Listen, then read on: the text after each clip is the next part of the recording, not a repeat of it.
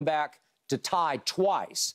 And there was Steph had a little finger roll 4-footer with 5:32 left. So the game is tied at 95 all. And from that point on, without Draymond, not only did it not inspire Golden State, it inspired the home team and certainly the home crowd. And they go on a 19-11 run that ended it.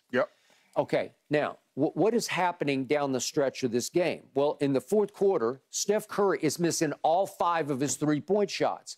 Well, listen, you know and I know, and everybody knows, he's revolutionized the game. He's the greatest shooter ever. And in the end, especially in a fourth quarter, in a game of that magnitude, in a place that's so hard to win with a team that has already lost 31 road games this year, now 32, they're going to lean heavily on Steph to make threes. If he makes 2 or 3 of the threes, we're having a different conversation. Especially if a couple of those. I mean, he had some great looks. He had some great looks. If one of those, you feel like if one of those fall and they could get the lead, you're like, okay, and then, Golden State. What's the quickest way to silence that crowd? It's just to shoot them right in the heart.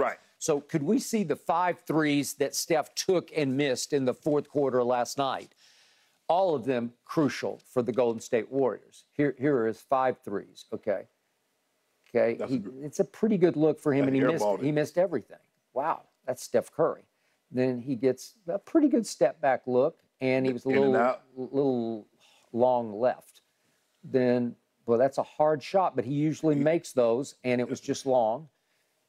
And then here we go again. In fact, this is on that Davion Mitchell, who's tough for him to beat, and he's wide left. And then we got one more try here. And that's a force-up. It's a desperation, and that's another. Okay, so 2 of the 5 are air balls. Okay, De'Aaron Fox was taking him, Monk would take him, and Davion Mitchell, the second-year kid from Baylor, who is a defensive stopper of a specialist, was taking him. And Davion is so physical, and he's built so stout that, and he's so quick side to side. Steph's having a hard time. Now, Steph did a lot of damage from 2 because his best shot in the fourth quarter was just to get up and under and get in the lane and shoot little floaters, right? Okay, but he misses all 5 of the threes. And then when he missed his last one, this is, with 2:29 left, then guess who comes back down on the other end? He hadn't been lethal in the fourth quarter, De'Aaron Fox, the best fourth quarter scorer in the NBA this year. He gets a wide-open 3, and to his credit, he nailed it. And this is the one that put them up 6. Okay, so Steph is going to try. He's going to try. He's going to try. And then, okay, there's the shot from Steph, and it's going to come to the other end. And De'Aaron Fox is going to wind up with an open 3 on the kick. Well, he walks. He's the trailer. Yeah, he's the trailer, and he steps in. And I think Peyton tried to run at him, and it was too late. And that made it a 6-point game. And then guess who? Davion Mitchell, not known for his offense especially, with 117. This is the dagger, right? He just rips it, and it shocked me because I did not see this one coming because this is ball game, if we could see this. Davion Mitchell in the corner, boom. And that's all she wrote. Okay, so now, big picture on Draymond. It's funny how this year started, and now it's coming to a close with everything swirling around Draymond. Obviously, as we all know, he punched his teammate Jordan Poole in the face, practice. Somebody leaked the video, still very curious about and suspicious of that. And yet, that cloud, to me, has hovered over this team all year because it's incomprehensible to me how great they've been at home and how abysmal they've been on the road. Again, 32 losses for a defending champ, including the 2 playoff losses on the road. It feels to me like Draymond's not working for Golden State anymore. It feels to me like he won't be a Warrior next year, like we're seeing the last hurrah of Draymond Green. It feels to me like whatever great culture they had, and they had the best culture in the league after San Antonio, after their dynasty had ended, and it feels like that it's coming to a close for Draymond Green. I mean, we kind of felt that We did. After the punch. I mean, we felt that we saw a changing of the guard. All of a sudden, the big three was not going to be the big three that we thought it was going to be. Steph, Clay, Draymond. All of a sudden, the big three started to be Steph, Clay, and Jordan Poole. Some people surmised that, hey, that's what he was about. He's like, hey, I got my bag. They're not going to give you the bag, whatever the case may be. And for whatever reason, Skip, you're right. They haven't been able, for a defending champ, and Steph to play as well as he's played. And I get Andrew Wiggins was out a month, 2 months. But October, November, December, January, they were still terrible on the road before Wiggs went away to deal with whatever he had going on. So don't make this about just Andrew Wiggins, like, oh, if we'd have had Wiggs. No, you weren't, because you were terrible on the road while he was there. I agree. And so, Skip, you're probably right. This probably the end. I'm not saying it's the end of Golden State, but it's probably the end of Golden State with the core that they've had in place for a decade. I agree. So all you need to know about last night was Sacramento starters in a big, it was a crucial home game. If you lose that one, all of a sudden Golden State's back in control, right? Going home. Their starters last night made 4 of 23 three-point shots. 4 of 23? Well, if I sat here yesterday and told you that, you'd say, that's it. Lights out for Sacramento. They started the game like 0-10, didn't they? They did. And they were all horrible. And I'm looking at these numbers. And De'Aaron Fox was 2 of 10. He just made that big one at the end. And Herter was 2 of 9.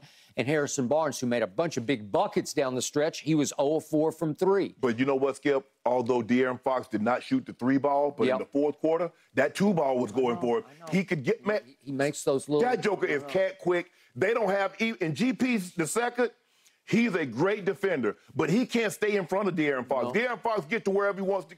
He gets the little floater. He gets the little mid-range. Skip, he's just sensational. And my concerns with the reason why I picked Golden State, I said, I understand being clutch in the regular season, but can you be clutch in the postseason? Are you seasoned enough to be able to execute down the stretch when it matters the most? We know Golden State can because they've been in this situation for the last 7-8 years all the time. And we know how they work this thing out. But Skip, this De'Aaron Fox, Skip, I ain't seen anything like it. I mean, you go back to the greats and what he's doing, and he's not a superstar like we look at Kevin Durant and LeBron and Steph and KD and Kawhi. In the fourth quarter, when they need buckets, good luck stopping him. When he pulls up from 8 feet, he just stops on a dime and goes a little bit backward. You just can't. You can't stop it. He's shooting it so high. I know. He's shooting raindrops. They are rainbows. And he made 5 of 9 shots in the fourth quarter and scored 11, and they were crucial. Every last one of them. Harrison Barnes' 8 points were crucial. Not threes until the one big one at the end. But the big picture of this is, how did they do this shooting 4 of 23? Well, Steph went 0 of 5 in the fourth quarter, and guess what Golden State had last night? 20 turnovers. 20 turnovers. And guess what they also had? Skip, fouls.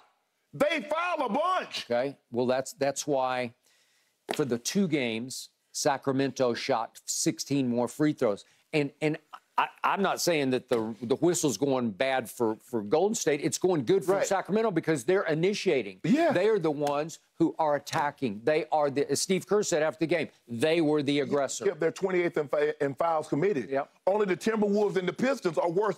And you wouldn't think that. No. But they are a team, because they lack perimeter defenders. Clay is not the same defender. He's not. There's nothing wrong with his shooting stroke, but he can't sit down in the chair like he once could, because there are times he would take De'Aaron Fox. He would. Not Wiggins. I totally Steph. agree. Totally. Excuse me, Clay. But now, Skip, they have, and they really, but I'm not surprised they turn the ball over, Skip, because they pass it so much. It's not, Skip, it's like they pass hot potato. So eventually, that's going to catch up with you. But I don't know, Skip. They in trouble. They're in trouble. I know that we don't worry. We go home, get in front of our crowd. But I'm telling you, Sacramento. They didn't get a whole lot of love, Skip. They played, you got the Lakers and you got the Warriors and the Clippers a little blended in, especially since Kawhi has been back the last, 2 months of the season. And so they've kind of flown under the radar. But they're the third seed for a reason. I'm with you. I had to see it to believe it, see it in action. I just saw it twice in a row. Golden State's in trouble. Yeah. And now the key record is that Sacramento on the road this year was 25-16. That was the best road record in the Western Conference. Yes. 25. Do you give them a shot to win one of these two? Because Absolutely. if they do, you want to talk about being in command? Yeah.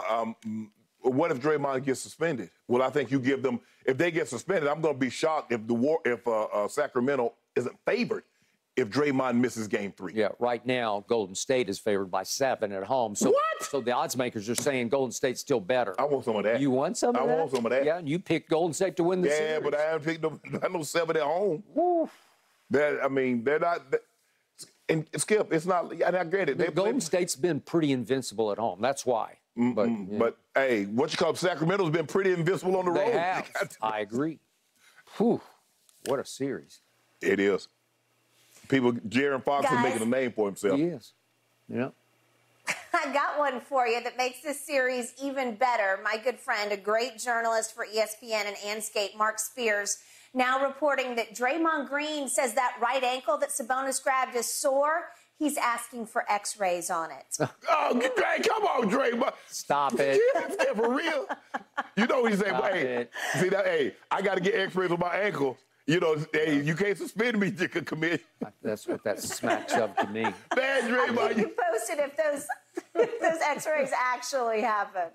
All right, let's move on to the NFL when we come back, gentlemen. Jalen Hurts has a new deal. Do you think it's going to speed up the Lamar Jackson negotiations? And then, Shannon, your Lakers, are they about to take a commanding 2-0 lead of their series? Don't forget, you can check us out every day on the Fox Sports Channel on SiriusXM.